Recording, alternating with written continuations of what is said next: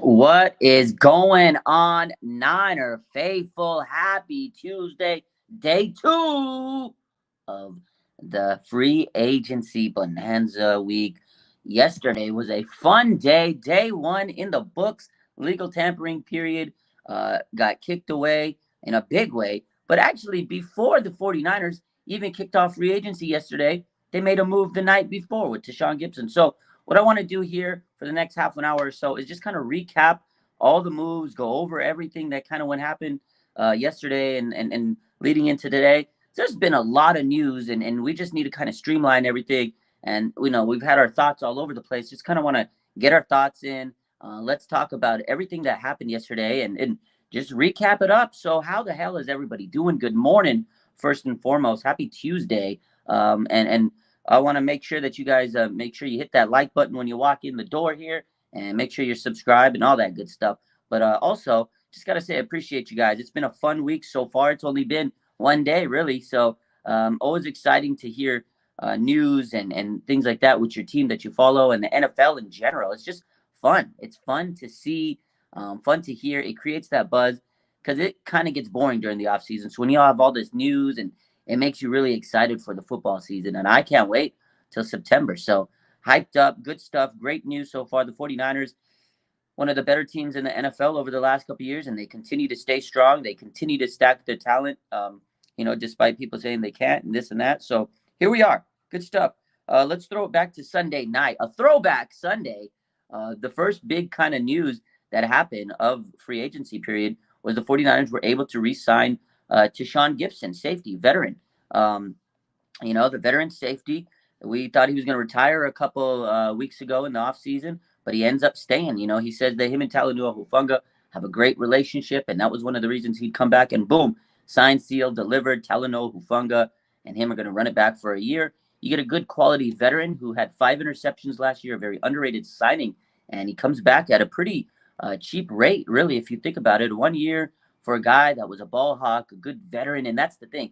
You knew you were going to probably lose a guy like Jimmy Ward or something. So you needed to get a quality veteran for this young locker room of secondary players. You got Lenore and Womack and Talanoa Hufanga. You needed a good veteran. And I think that's what Gibson brings. And whoever they probably draft now, they're going to draft a safety. He can be mentored by Gibson and take the reins after this year. So Gibson's deal was really cheap, $2.9 million contract with $2.17 million guaranteed. He had $1 million signing bonus. So it shows you that, they wanted a guy, a good veteran, but they weren't going to pay a lot for a safety. And, their emphasis is building that line, build that D line, get that pressure up front, take pressure off the secondary. They weren't going to pay a Jesse Bates. I mean, he's a great player, but they weren't going to pay him that much money. So, you get a guy for $2 million. He's going to be a great veteran leader, and you don't have to overspend on a guy. So that's where their heart was in free agency with safety, was get a guy that's a solid veteran and that's not going to cost you a lot. And that was Deshaun Gibson. I think that was a nice move. And actually, if you really think about it, before this move, I believe this was Thursday. Not Jake Brendel, Colton McKivitz signed a 2-year extension. So the 49ers signed Colton McKivitz to a 2-year extension through the 2024 season. And actually, if you really think about that, that kind of segued into yesterday's free agency. A lot of people were saying who's going to be right tackle. They didn't retain Mike McGlinchey, as we know. We'll talk about that shortly. But the Colton McKivitz move was a precursor, and it kind of showed us, hey, look, this is who the 49ers are probably going to have at right tackle unless they get another guy in the draft or they take someone in the next couple of days, which I very highly doubt.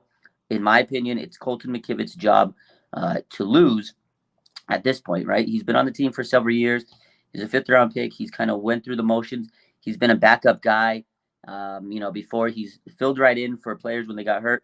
And now it's his time to take his role. Last year, Jake Brendel was a guy that was on the team for a little bit, a veteran, and they gave him his opportunity, and he played well.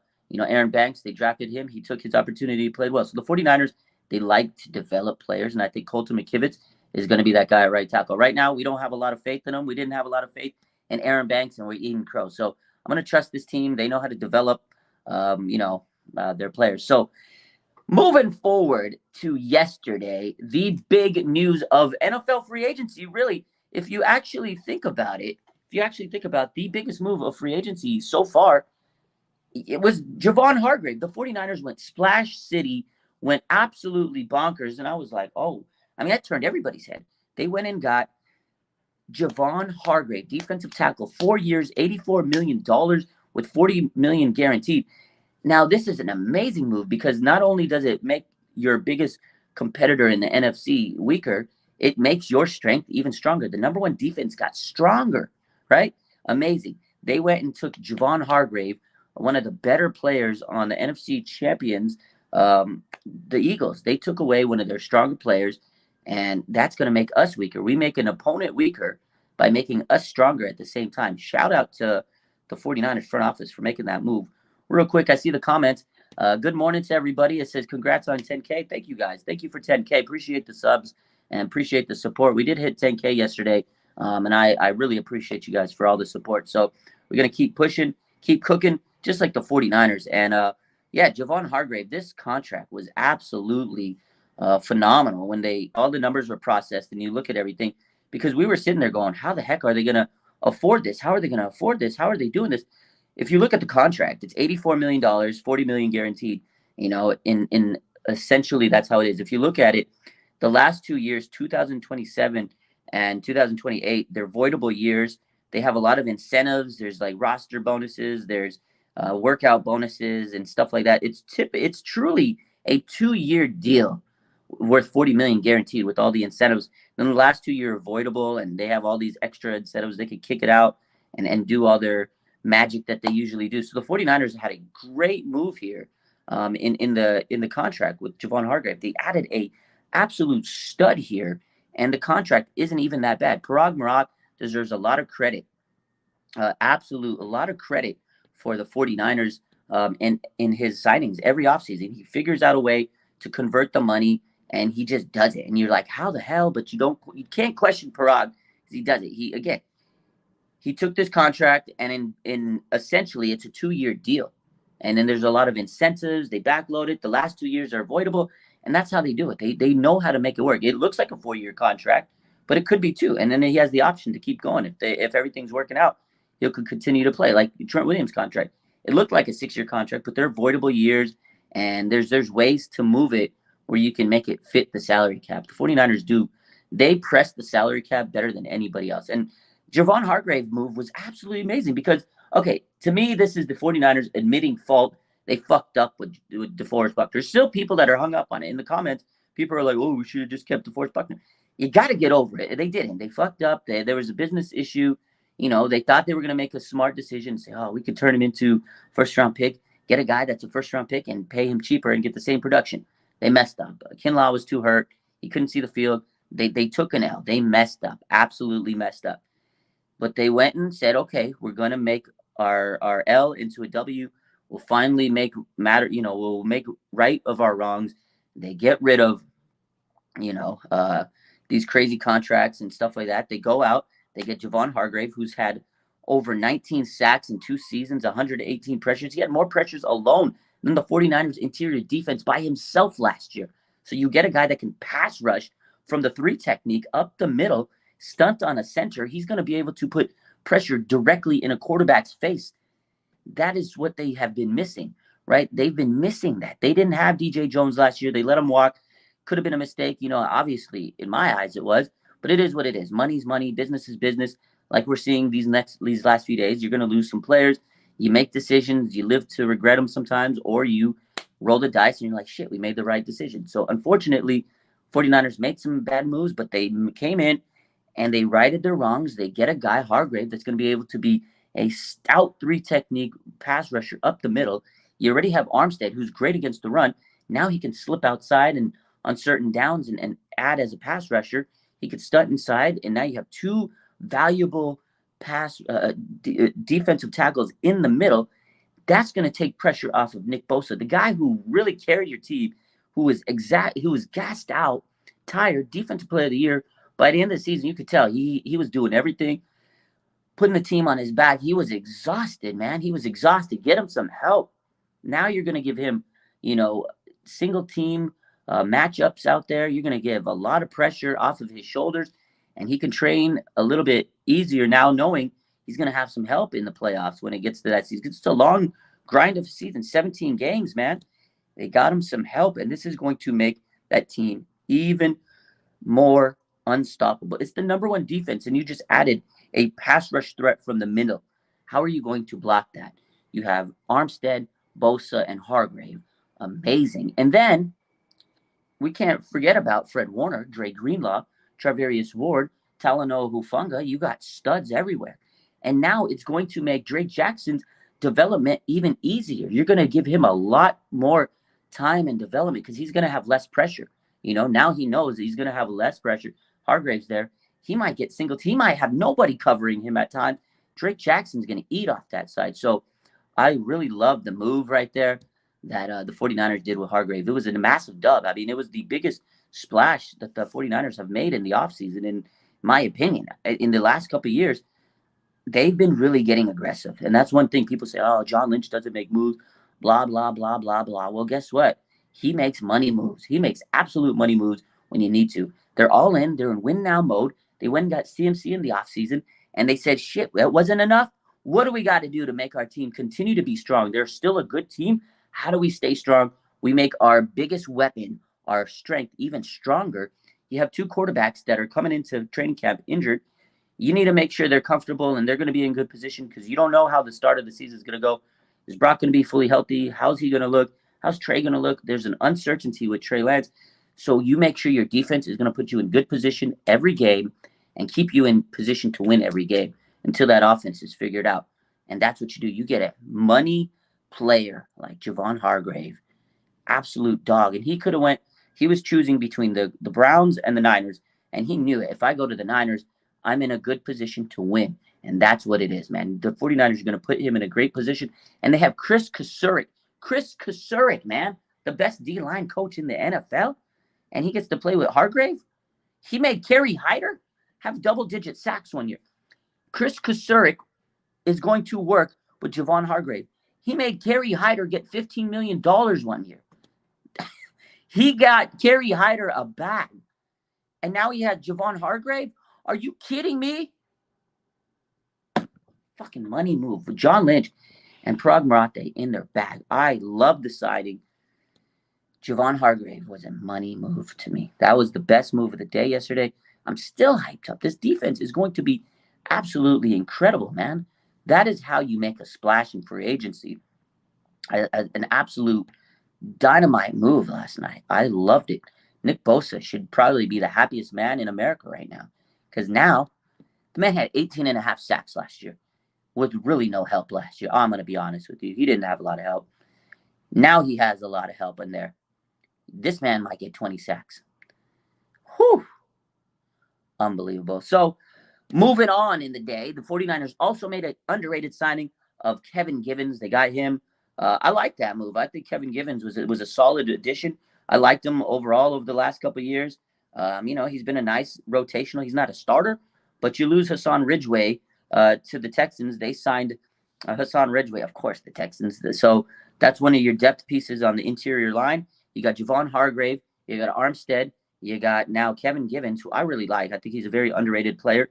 Contract wasn't bad for a guy that was a very good rotational player. $2.1 million deal, $2 million guaranteed for a 1-year deal. I think Givens was nice addition. And they also have Kalia Davis, the guy that was a rookie last year coming off of ACL. So it's a really good mix. And then you got Javon Kinlaw, and the pressure is going to be on Javon. You can't cut him because it's going to be a cap hit. But what you could do is you could trade him in the draft and move up in the draft position, with the draft pick, pair him with the draft pick to get to shed him off the team. Or if you can't trade him, training camp comes, you say, hey, this is it, make or break. You try to make the team, you be part of our rotation. If you can't make it, you have Kalia Davis, you have Kevin Givens, you have Armstead, and you have Javon Hargrave, and then whoever the hell they draft or whatever, whoever else they can develop. So this puts a lot of pressure on Kinlaw. Maybe it's going to motivate him. Maybe Hargrave and these moves are going to motivate Kinlaw to get out there on the field and put the work in and stay on the field and be productive. I think this is going to motivate Kinlaw. It's his last chance to really make it on the team. It's unfortunate that he's had a lot of injuries, but you do have players that have been able to be productive. And Kevin Givens was one of them. I think this was a very underrated move that kind of went under the radar. Nobody's talking about. So I think that was a good move. And then boom, right after that blockbuster move of the day, for the Las Vegas Raiders, they went and signed Jimmy Garoppolo, and the Jimmy Garoppolo era ended. 3 years, $67.5 million deal, $34 million guaranteed. Shout out to Jimmy. He will be missed. He was a great player. He was a great person. A franchise quarterback. We all thought he was going to change the culture. He was a beacon of hope, and I got nothing but hate. I did post appreciation post yesterday on Instagram, and I meant it because at the time when he came in, it was a dark, abysmal. It was a lot of dark years, man, and it was like, oh God. And he came in and they won those 5 games in a row. And it was like, oh, God, here we go. Niners are back. And they paid him. And it was an amazing offseason. The vibe was amazing. Injuries sucked. But, the ACL, he came back strong. And it was cool that we did see him get to a Super Bowl. And unfortunately, we didn't go all the way. But, I respect the time Jimmy was here. And I know it didn't go the way we planned. But, man, there were some good memories. And, he goes to the Raiders. And now he has a pretty good team ahead of him on offense. Have a lot of weapons. And, they got Waller. They just signed Jacoby Myers today. Got Hunter Renfrow, maybe Tay Adams. We'll see what he does. Josh Jacobs. But he has a good team. He knows the coach out there. I think it was a good fit for Jimmy. This was his last contract he's probably going to cash in on. So shout out to Jimmy, man. It's the end of an era, but, no hate on Jimmy. Definitely well-deserved. He got a contract. He's won a lot of games. And maybe the Raiders can get a fresh start. Is he better than Carr? I don't know. We'll see. I know both of those guys needed a fresh start, and I'm happy for Jimmy. He leaves. We're going to compensatory pick next year out of him, so it's a dub-dub situation for the 49ers and Jimmy. They gave up a second-round pick to get him. We'll probably get a third-round pick. The difference between a second and third for the 49ers, not that much. So end of the day, the Niners take a dub. They shed a guy they've been trying to get rid of, unfortunately, because of injuries, and now there's no more drama with Jimmy G, and you can focus on Brock Purdy and Trey Lance. So shout out to Jimmy, man. Hell of a professional. He was a class act, handled himself well through everything, through the mud. He was a guy that mentored Trey Lance. He didn't have to, and he did a great thing for him. So I respect Jimmy, and good luck to him in Las Vegas. So it was time. It was time. It was time for it to let go. I think it was definitely writing on the wall. It was one of those relationships that it just became toxic, and they needed to shed that. And, it is what it is. And also another end of the era came yesterday with Mike McGlinchey, a former top 10 pick. He was the number 9 pick several years ago for the 49ers, signed a massive contract with the Broncos. They gave him 5 years, $87.5 million with $50 million guaranteed. Nice guy, great clubhouse guy, but $50 million guaranteed. Whoo! But he's a good run blocker. Maybe they're going to run 99.9% of the plays out there. We'll see. No disrespect, good dude, but man, he got paid a lot. And 49ers were not going to pay him. So that brings us back to Colton McKivitz. 2 years contract, right? A 2-year contract with $5 million, about $2 million a year, annually with all the, cap hits and everything, compared to a 5-year, $87.5 million.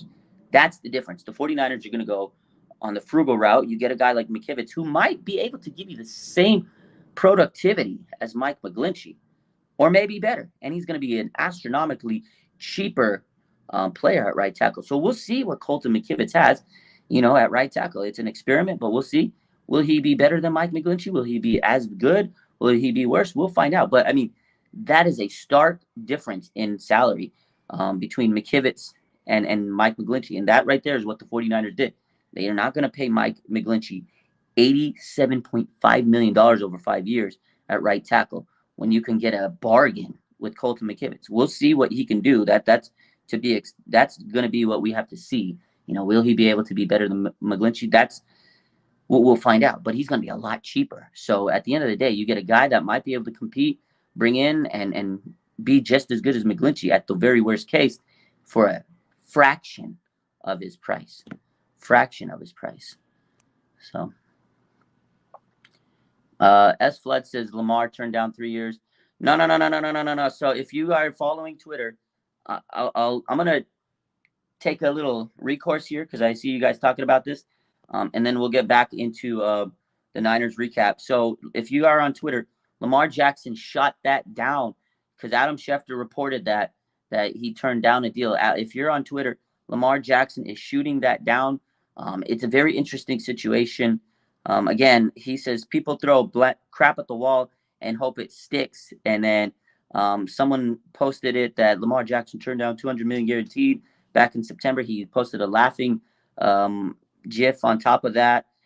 He's going off on Twitter. He's basically shooting down those rumors. So don't believe that report on ESPN from Schefter. Lamar Jackson is exposing that. But back to the Niner news. Real quick, I'll get back to it. So if you're following on Twitter, Lamar Jackson's going ham. But back to the 49ers, going back to Mike McGlinchey. Again, end of an era. They're going to replace him with Colton McKivitz, go a little cheaper, well, a lot cheaper. And the 49ers will end up getting a compensatory pick out of Mike McGlinchey. So again, 49ers are always on top of making sure they have all these draft picks every year. You know, when people make fun of the 49ers, oh, they gave up all these picks for CMC. All those picks were washed away because they get all these compensatory picks from losing players, from losing coaches. And the only thing the 49ers really gave up for CMC was a second-round pick. And at the end of the day, again, when you go back to these draft picks, yeah, they might lose, or some of these players, they might lose them, you know, but then they end up getting compensation for them. So really, you don't lose a lot. And sometimes these compensatory picks can turn into starters for the 49ers down the line, and they're going to be a lot cheaper. So the 49ers are always ahead of the game. They're playing chess while everybody else is playing checkers. That's the 49ers. I say it all the time. The 49ers are playing chess while you know what? Everybody else is playing fucking hopscotch. They're not even playing a similar, like a board game. Everybody else is out there playing hopscotch, throwing rocks on the ground, hopping around. 49ers are in the lab playing chess. That's what they're doing. They're playing chess out there. So shout out to the 49ers. They'll get a compensatory pick out of Mike McGlinchey. What's up, Mimi? How's everybody else doing in the chat? But yeah, the 49ers, man, they're absolutely crushing the game right now. And again, Mike McGlinchey leaves. You replace him with Colton McKivitz. Moving forward, so the 49ers continue to stay busy on the news front. It appears that Azeez Al-Shaair, he did say kind of a goodbye message to the fans. We'll see where he goes, but he did say, I'm excited for the next journey and grateful for the past. Thank you to the 49ers. That's basically him saying, you know, goodbye, but we haven't seen where Azeez Al-Shaair is going.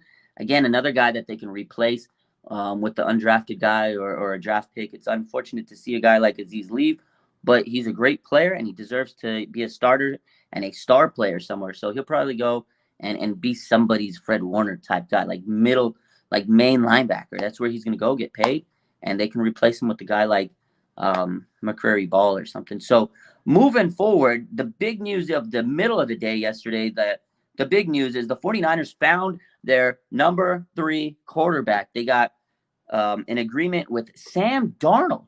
49ers reached an agreement with Sam Darnold yesterday. Absolutely amazing. Oh, wow. Mercedes Lewis is now on the Raiders. So, so yesterday, sorry, I had to take a little recourse. I was seeing some news posted. But yeah, the 49ers reached an agreement with Sam Darnold yesterday. QB3, I wouldn't want him as a starter because I remember last year when we were having this debate with quarterbacks, everybody was thinking he was going to be QB1. I wouldn't take him as a QB1, the only guy, you know, the big-time starter. But Darnold as a QB3 in Kyle Shanahan's system, not bad. I think he can learn from Kyle. I think he's never had a skill set of weapons like the 49ers. And in a dire straight situation, if we absolutely need a guy to come in and play in an emergency, I'd take Sam Darnold over a lot of guys. I think this is a good move.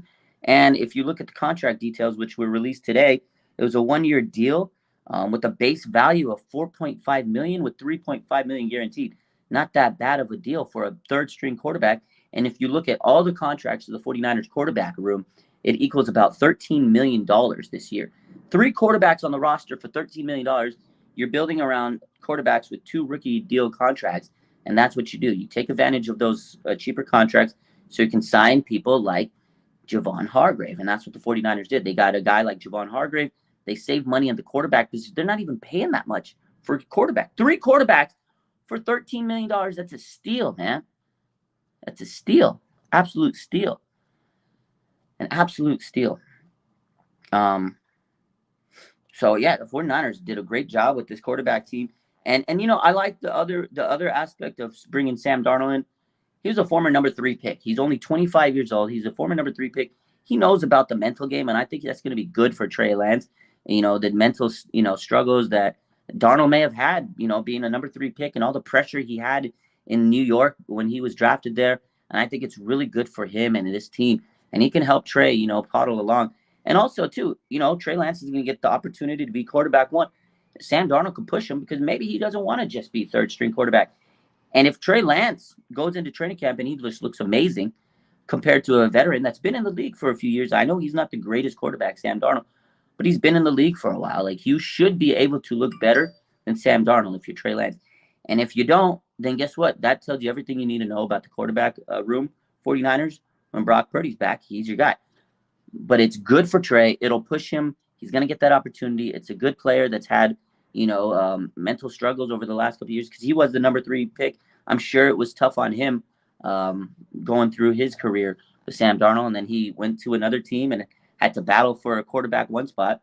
And I think it's good to get a guy that's had similar experience in the NFL as Trey Lance, who's a young quarterback going through similar, experiences. So I think it was good. I think it was a solid signing. Obviously, there's better quarterbacks. Obviously, you could have went and got better. But it's a third string quarterback you're getting, and he's only going to cost you $3.5 million against the cap. And your total quarterback room for quarterbacks price is $13 million. That's amazing to me. You go spend all the money on everything else and pray to God your quarterbacks can stay healthy. So, let's see. Take a look at some of these questions. Will we be able to keep E-Man? We'll talk about that in a minute because today, big news of the morning, as we know, Charvarius Ward's contract got restructured. They created about $10 million in cap space. It was officially $9.98 million. That was a great move, actually. And that could be a way the 49ers would be able to afford Emmanuel Moseley, depending on what his asking price is. But, of course, the 49ers restructured Charvarius Ward's contract. They converted $12.48 million of his salary into a signing bonus. And then they made those last 3 years of his contract voidable. So you just push the money down the line, and it creates an opening in cap space. So, yes, now they may have money to actually go spend on bringing back key players. Emmanuel Moseley, I would love to get him. Jake Brendel. And we know yesterday, Emmanuel Moseley, he's been courted by several teams. According to Jordan Schultz, a lot of teams have an eye on Emmanuel Moseley. He did say, Jordan Schultz in his report did say that he will be back to start the season. He'll be 100% ready for a training camp. He did tear his ACL, but he will be back by training camp is what the report says. And again, there's a lot of teams that have interest in him. And if 49ers want to get him, they're going to have to make sure they pay him the right money. And I think with the restructuring Charvarius Ward's contract, it allows them the financial freedom to go and chase Emmanuel Moseley, depending on what other teams are offering him. Obviously, we don't have official figures, but I think it's a move that could happen today. Maybe they'll go re-sign Jake Brendel as well, who's getting a lot of attention on the market too, according to reports. So, the Charvarius Ward move was absolutely nice in order to free up cap space for this team. So, Billy says Darnold is here now, so is Trey 100% yet? Darnold is 100%. Do you see a quarterback competition between Trey and Darnold? Billy, not necessarily a quarterback competition, but it's going to be, I think they're going to give Trey Lance the keys. They're going to give him every aspect to go out there and seize the job from Brock. But in the sense of competition, yes, Darnold's going to go out there. He's not just going to go out there and go through the motions. Quarterback 3. He's going to compete. Like, if you're an athlete, you're out there, you're in training camp, you're competing.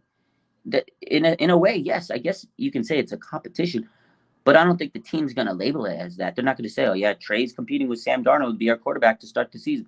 No, they're going to see if Trey has what it takes to be a starter, and they're going to compare him to what Darnold's doing out there. And again, I mean, that's just natural training camp. You see what one guy has, you see what the other guy has, and if Trey is good enough to be your starter, he should look better than the other guy.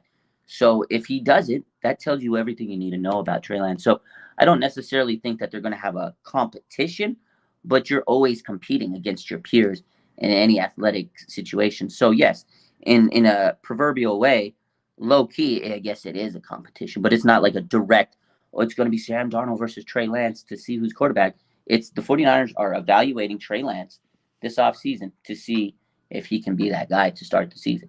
Again, if he doesn't look ready, and then Brock Purdy's ready to rock early in the season, okay, Trey will play until Brock Purdy comes off of the injured reserve list. If let's say Brock Purdy, he'll be back week 3. The moment he's back from week 3, Trey Lance will probably go back to the bench.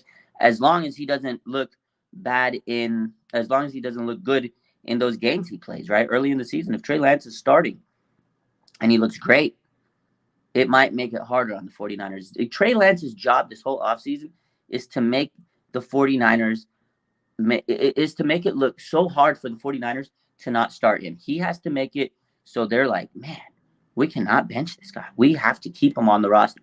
His job is to make the 49ers look at him and say, that is our starting quarterback. Holy crap.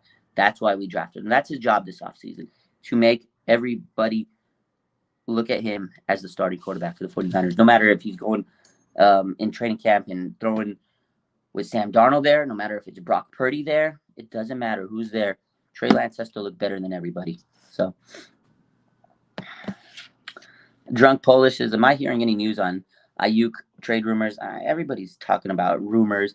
I don't think it has any bearing. I honestly don't think the 49ers trade Brandon Ayuk. I think they'll pick up his 5th-year option. The 49ers are not going to trade Brandon Ayuk. He's too important to this team. He's just coming into his own. He had his first 1,000-yard season last year, and he's been a guy that Kyle Shanahan has really pushed over the years to get the most out of him. He's really worked on him. I think Kyle and Ayuk, they have their little their special relationship, and I think they're not going to trade him. I mean, I know a lot of people will say, oh yeah, they're going to trade Ayuk and this and that. Maybe they can get him and trade him and get some draft picks and get OBJ. There's no way. They're not going to trade Brandon Ayuk. They're just not. So that's my take on it. They're not. So I don't know. We'll see how things go. But if I had to predict, if I was a betting man, they're not going to trade Brandon Ayuk. It just makes no sense. Why would you? So Nathan says, should we sign Orlando Brown to replace Mike McGlinchey? That would be a massive move. But again, it comes down to cap space and everything. And I think they're going the cheaper route. I think Colton McKivitz is going to be the right tackle. Would I love Orlando Brown to replace Mike McGlinchey? Absolutely. But I think that at some positions, you do have to take a cost effective maneuver. And I think that's where they're going to save a little bit of money. Unfortunately, they're not going to get an Orlando Brown. And I know we're not sold on McKivitz, but his job is to sell us on him this season. Let's see. Do I think we need another quarterback? Yes, I do think we need another cornerback. I think we need to get Emmanuel Mosley back. Do you think we're making another splash? I think we could. I think there's a possibility. It just depends on how they continue to restructure these contracts. That's what they really have to focus on, is making sure they have some money to pay these guys. So, it's been interesting. I think that today so far has been an absolutely amazing, or this week has been an absolutely amazing week so far for the NFL, not just the 49ers, but great news. And again, 49ers freed up some cap space, after Charvarius Ward's contract. We got the details on Sam Darnold's contract today. So the last thing I want to talk about, because this is the one piece of news we didn't talk about yet in our recap, is the longest tenured Niner, Jimmy Ward, is no longer the longest tenured Niner. As we know, DeMeco Ryans signed him to be the Texans' safety 2-year deal. It was a 2-year, $13 million contract with the ability to be a $14.5 million deal with bonuses and incentives. So really a 2-year, $13 million deal for Jimmy Ward to play safety. 49ers wanted to bring him back. He wanted to stay, but it had to be the money. They wanted to bring him back at the nickel, which would be a lot less money than they would have paid him at safety. They took their choice. They took Tashawn Gibson over Jimmy Ward, and I don't think it's a preference in terms of we like him better. I think it was a cost-effective move. Again, you got to save some money some places. Tashawn Gibson was a money saver. You get him, like we talked about, for a 1-year deal, a lot less than $6 million a year. And unfortunately for Jimmy Ward, they wanted him to come back at nickel because he showed that ability. He could do it. It probably would have been like a $3-4 million deal, and he wanted more than that. So he goes to Houston and he gets 2 years, $13 million. It's going to be sad to see him go, man. He was the longest tenured Niner. He played through the bulky era there, and he was with Coach Harbaugh, and He made it through the next era, 9 years. He went through a lot of adversity. He battled his way through the roster. He played safety, cornerback, nickel corner. I mean, he did everything. Had a lot of injuries early in his career. And man, hell of a time with the Niners. He became a leader, a captain, a clubhouse leader. So I will miss him personally. I talked to him a lot. He was a good dude. One of the first players, I've said this before many times, that kind of, followed my platform, liked my platform, one of the first athletes. And we talked, we did interviews. And I mean, I respect that guy. I'm going to miss him. And D'Amico gets a good player, a good leader. And I know he chose money on a team that's probably not going to win, but he's going to be one of those guys that helps springboards them and changes their culture. Just like when Richard Sherman came to the 49ers a couple years ago when we were just rebuilding, he was a guy that helped really change the culture. And I think Jimmy Ward is going to bring the 49ers culture to Houston. And I think he's going to be a leader over there, a clubhouse like captain. And I think that's what he's going to be. He's going to be Uncle Jimmy. I'm going to miss him, man, but they need a leader like that. And Jimmy Ward's going to give it to him. And he deserved to get paid, man. The coaches used to tell him to run. He'd say how fast. They told him to jump. He said how high. This guy would play any position, team-friendly guy. And he took a pay cut a couple years ago to stay with the Niners. Raiders were going to give him more money. He says, no, I'm going to stay with the Niners. I'm going to stay with my boys. I'm going to run it back with the guys. And he took less money. And then they still changed his position. So shout out to Jimmy, man. He deserved his money. I hope he does well in Houston. He's going to be an absolute leader over there. And I will miss him. But the 49ers took Deshaun Gibson on a cheaper contract. He's got 1 year. They'll draft a guy and mentor him. And that's the way it's going to be. It is unfortunate to lose players, but that's the business. So let's see. Jimmy's going to be missed. I agree. Nathan says, should we draft a safety? We will draft one. I definitely think we will draft a safety in the upcoming draft. If they don't, I'd be shook. Absolutely shook if they don't. I definitely think they'll draft a safety. 49ers, home of the 5th round steals. Talanoa Hufanga was a 5th round steal. Maybe they'll get a Jimmy Ward replacement in the 5th round. That's what I think. So, I think that pretty much covers everything as leading up to today. That is a recap. I wanted to come live, recap everything so far in free agency. Pretty much hit everything. Stay tuned for today. I'm excited to see what's next. And as soon as news drops, we post it and we'll be live. You know the vibes. Stay tuned. Stay locked in. I really appreciate you guys. 10K subscribers on YouTube. I want to say thank you once more. It's been a journey with YouTube, these last few months. So I truly appreciate you guys for all the support. I love you. Make sure you hit that like button. We'll be back later today if there's any more news, as we always are. And I love you guys. Have a good rest of your day. Good morning.